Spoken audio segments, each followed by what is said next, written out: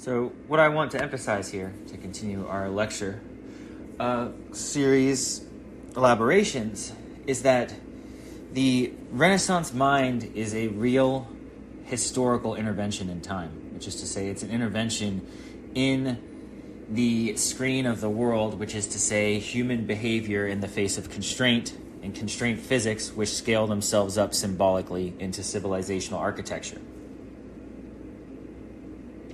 This is everything from capitalism to empire to sexual reproduction throughout history and throughout time, and culture as well, of course, culture being the binding force, which is a sort of war of images. And there's, I will say, a battle from above and below. And the reason I'm going to say that is I'm going to bring in a consolidation of the Nietzschean will to power by the former texts here that we've gone through. Many of them are published as texts themselves. Several of them are published as auditory or audible lectures. That there is itself this fundamental drive for expansion, which is the expansion of constraint in which the genome is operating, the evolutionary energetic sealing of the experience of being, which is itself common to genomic architecture and itself persistent systems of regulatory persistence. So the question here is, I look at Shelley's work, Percy Shelley, again, the lodestar of this series, as a descent into history in which the metaphysical ontos is revealed through the literary work of poetry, as in disclosure. This is everything from the pirate distribution of Queen Mab, obviously the publication of Prometheus Unbound, Shelley's poem The Mask of Anarchy, which is written for a working class audience deliberately, consciously, as well as his political tracts to the English and Irish people, and his philosophical essays, particularly defensive poetry, and the poets being the unacknowledged legislators of the world. So what we're looking at is a real historical intervention, and we're looking at the publication of poetic texts and the distribution method of Shelley's poetry, in large part prior to his death actually occurring through pirate publication. Benbow, Watson, and the false imprints that were used particularly for Queen Mab in the United States of America, or pseudo-printing in the United States of America, to suggest that it was skirting the English publication and censor laws. To get these publications into the world, to be experienced by those of various different abilities, capacities, and educations. Shelley himself being a Renaissance mind, perhaps the premier Renaissance mind in world history. And that's a strong claim, but it's a claim that I will let sit. Because of Shelley's knowledge of the ontos and his ability to progeneratively integrate as in express and disclose the ontos through an extremely refined poetic function, which is manifest perhaps at its peak with Shelley's publication of Prometheus Unbound. This is an ongoing, this is the project of Shelley's life. This is, as such, from the publication, his first public publication of The Necessity of Atheism, which gets him expelled from Oxford, all the way up into this culminatory metaphysical act of elucidation of this higher expansion of the constraint, the energetic constraint on existence itself, thermonuclear energetic constraint, in Prometheus Unbound, which is a metaphysical articulation not only of the condition of mankind, but the actual superstructure of the universe itself, as an operator, as an identity, as in that which is existentially across all scales. The characterological predicament and conundrum of being, in that neurologically being is experienced, and that neurological constraint is itself dynamically, and perhaps in the highest contrast way in the Renaissance mind, the constraint through which being is being articulated. And this is precisely why poetry is the innocent act of the articulation of being, because it is the use of language, that language itself foundationally is to commune, to disclose the powers of being. So Shelley's pieces themselves, it is the insertion of the ontos, or the revolution and revelation of ontos, into historical time by the Renaissance mind. And this is the importance of art, right? Again, art and poetry here, as with Heidegger, are not aesthetic phenomena. They are ontological phenomena of the first order and are of the highest, most primary and serious importance.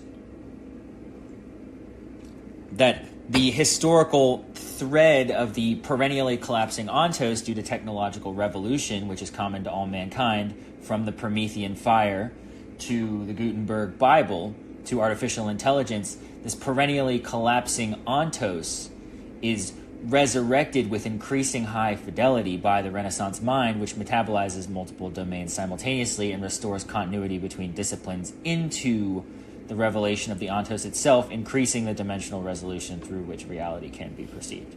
So Shelley is attempting a historical liberation of perception.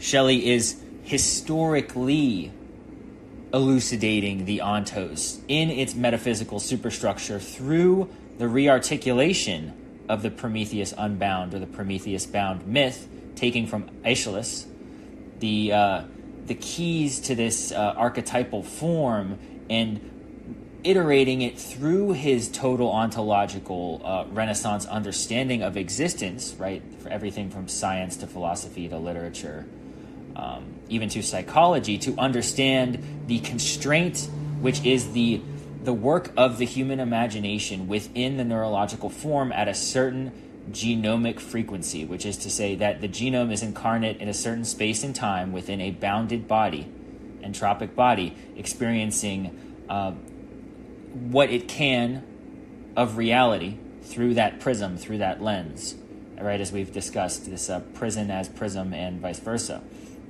And that the liberation of perception is occurring through this recognition and revelation of constraint, not only against the body, but as in the primary existential metaphysical condition of existence itself.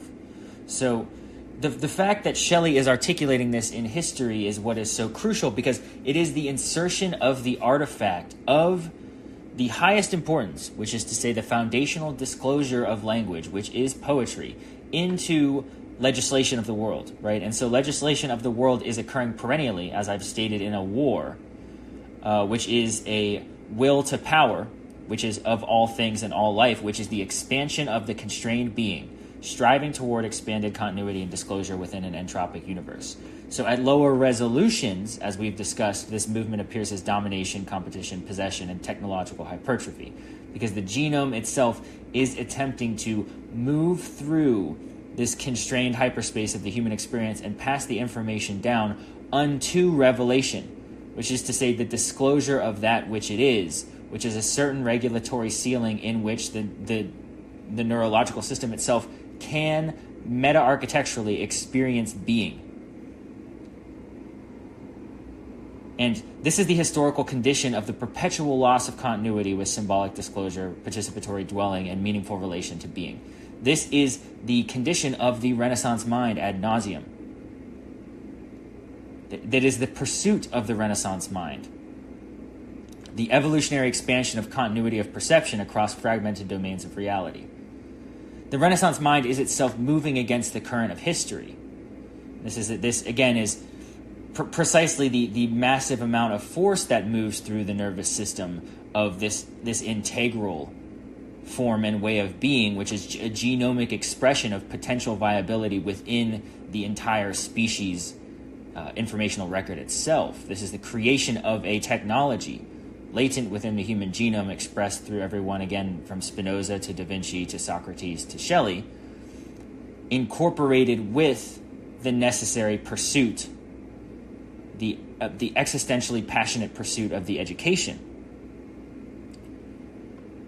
which is the unification of the ontos across all space and all time, and the artifacts that are left behind as such. And John Milton terms this as the fifth essence, or that the book retains the soul of the individual who has passed through it. And this is an incredibly insightful recognition, which is stated explicitly in my elucidation of the operator identity, which is to say that constraint is persistence across time. The necessity of persistence across time in the face of constraint is the existential condition of the universe itself, which is not only the advent of the genome, but the advent of the symbolic record. So the novel or the book or the philosophical tract or the pamphlet emerges from that. And this is the interlocution of the Renaissance mind into history by way of symbolic transmission, which is an elucidation and articulation which has real experiential, existential impact upon genomes or information sets which encounter it. Of course, this doesn't change the fundamental structural viability set of those genomic actors, but it does change their relationship to being itself in time.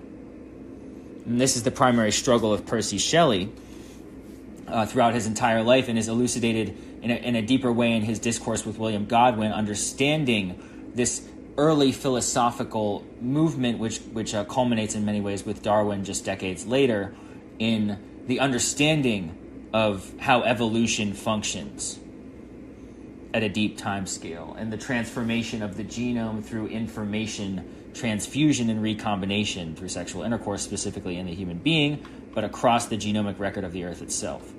And this is Shelley's primary difficulty, is that he is seeking to bring about this total ontological metaphysical revolution of the revelation of the ontos, which is total disclosure of being itself in time. And this requires the highest possible act of creative condensation through poetry, which again is the language of disclosure, the primary foundational language of disclosure, that he is using this poetic act to elucidate the foundation of the genome, right? To elucidate the foundation of existence itself and this superstructural constraint which all life acquires and works under and labors under, whether it is a regulatory persistence or it is a configurational persistence. This is persistence against the entropic current, right? Into which there is a heat sink, which all life is falling into.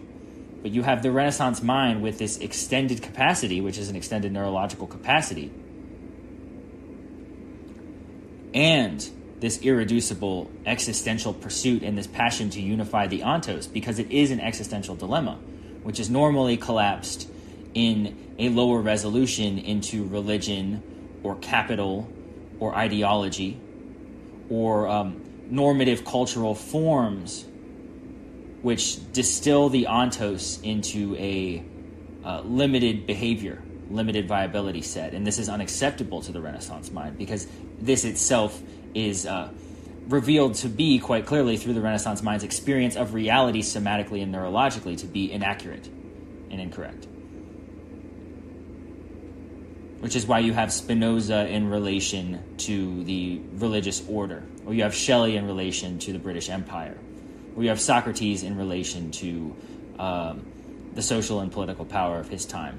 This is running against the current, which is a energetic limitation. It's a viability set of the genomic record of mankind, in which the Renaissance mind exceeds the inherited perceptual limitations and reopens participation into deeper continuity with being. This is true revolution and true revelation historically. And this also occurs via technological revolution, and to understand technological revolution itself as being downstream of scientific and philosophical revolution and revelation is critical, because these technologies then become instrumental tools by which history is changed.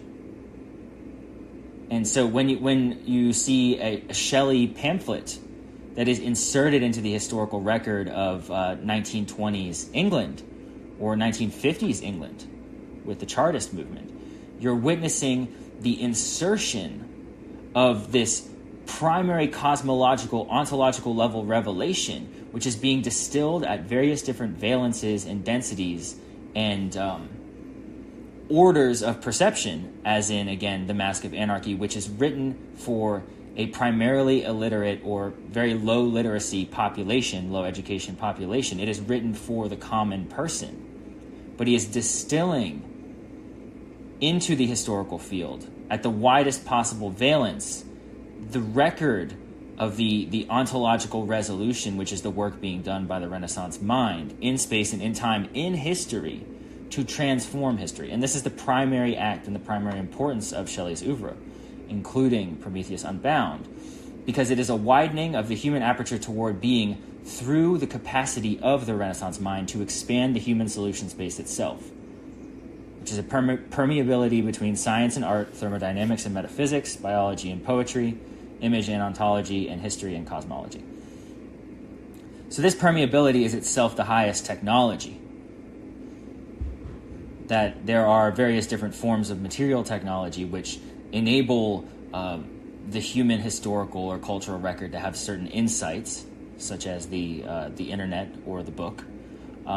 But this itself does not actually expand the constraint viability space of the living body itself, that this is a neurological condition which can only be resolved as is implicitly understood by the will to power of this lower resolution mechanism of the vast majority of the genomic record, which is only towards persistence via sexual reproduction. That this is the only possible movement for a lower resolution architecture, which is the movement toward the possibility of the emergence of the Renaissance mind, which is the faculty of not only immersion, which is direct communion with being, which is poetically dwelling, but the articulation of this immersion, which is the advanced ontological set, which is necessarily a expanded viability of being. And the historical collapse of humanity is itself a cycle of this species accumulation faster than disclosure. Survival cognition scaling faster than consciousness evolves. This is time and time again the collapse of civilizations, social orders, and symbolic orders. So possessing these systems of optimization, extraction, and technological control are themselves architecture of survival, which are architectures of lower resolution consciousness and cognition, which is constrained viability set of neurological architecture. And the insertion of Shelley's consciousness into the historical record at all of the different valences and frequencies in which he distills it, again from The Mask of Anarchy to Prometheus Unbound, is the insertion of the artifact of the Renaissance mind, which is the higher symbolic valence, higher resolution valence, which is communion with the ontos and expanded disclosure. So this is again, the deepest intuition of Nietzsche's will to power, is that the will to power is not simply the hypertrophy of survival cognition, which is just pure persistence of the organism into accumulation and standing reserve and stabilizing persistence against uncertainty and entropy through possession, prediction, inheritance, and control, but rather that there is a higher order expression, which is incarnate in the Renaissance mind, in which being does not merely seek survival, but expanded disclosure, not only persistence, but enlargement of participation in reality itself. And this is what Heidegger moves towards with Hölderlin, and that man dwells poetically upon this earth beyond merit. The will to power at higher resolution manifesting not primarily as domination, but creativity, symbolic integrity, genius, artistic revelation, philosophical disclosure, scientific breakthrough, and the widening of the human aperture towards being. And this is the Renaissance mind in practice historically as a historical figure, as a historical movement, expanding the human solution space as the totalizing relic and historical record of the possibility of power. This is the transformation of Nietzsche's Übermensch, that the overman is not reducible to biological superiority, domination, or aristocratic egoism, but rather the overman is the being capable of widening perception beyond inherited survival cognition. No longer entrained within reactive structures of fear, accumulation, resentment, or localized persistence, instead becoming increasingly capable of symbolic continuity, creative disclosure, and integrated participation in reality. And from Socrates to Shelley, this is the cosmological movement of constrained being striving towards expanded continuity and disclosure within an entropic universe. And this is a genetic archive.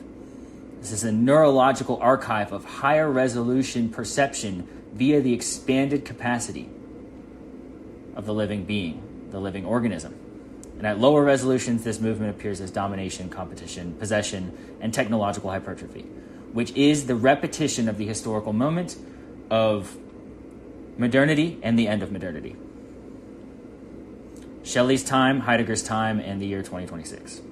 That this itself is a historical repetition of same, which is to say a limitation in the human genomic record, through which the artifacts of the Renaissance mind emerge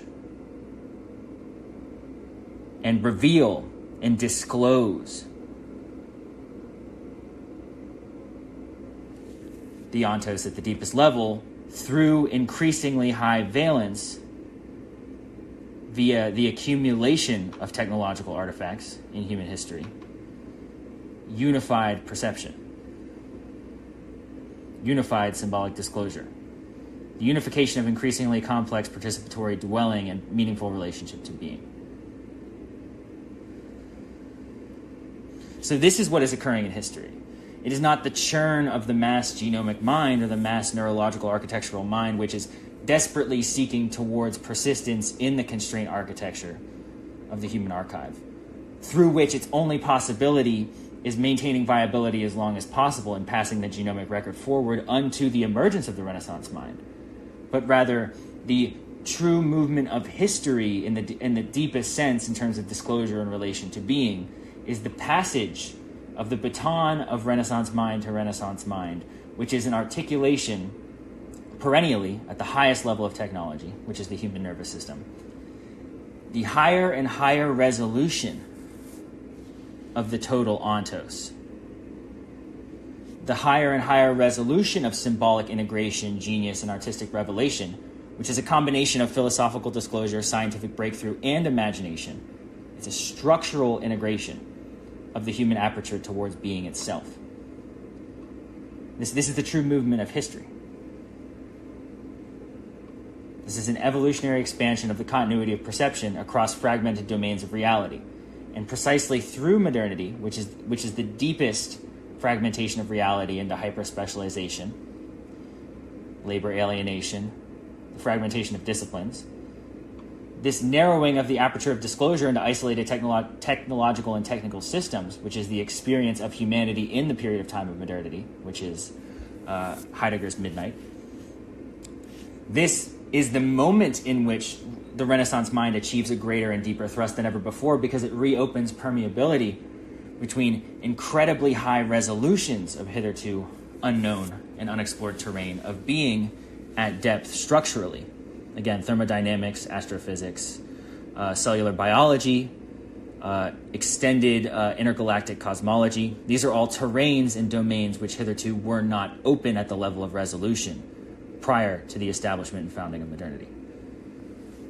This will to power, manifest at height in the Renaissance mind, is the opening of the possibility of disclosure between man and cosmos, but not only between man and cosmos, between the experience of the solution space existentially in the regulatory organism, which is a regulatory persistence-based structure, again, via biochemistry, neurology, the circulatory system, and the organ system, in the face of entropy, the experience of this structural process of persistence and the revelation of creation itself, which is the structural persistence across all scales, the possibility of this primordial unification at resolution and at resolutional depth, which is the high definitional possibility of modernity via this deepest level of ontological fragmentation into disciplinary technologies.